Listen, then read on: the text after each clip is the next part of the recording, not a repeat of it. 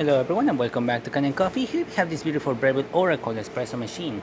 Now this machine came back to us because it was having problems with the three-way valve. On our last video, this valve it made a tiny little buzzing noise when we were activating the hot water. We thought it was going to last a bit longer, but unfortunately it just died short after that. We had to replace it, and right now the machine has a new three-way valve. We also check around the O-rings to make sure there's no any leaks or anything like that. We had the machine completely open while we were testing it as well, and we didn't saw anything or nothing at all. So yeah, we're gonna be testing just the three-way valve on this video. As you can see, no buzzing noises or anything like that. We already tested quite a lot already, and this is the older one. So right now the newer one should work fine, just like the older one did before it got damaged.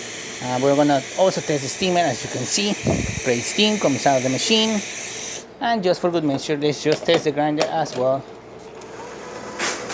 There we go, spins, grinds. We're gonna manually stop it here, and definitely grinds coffee and works just as well.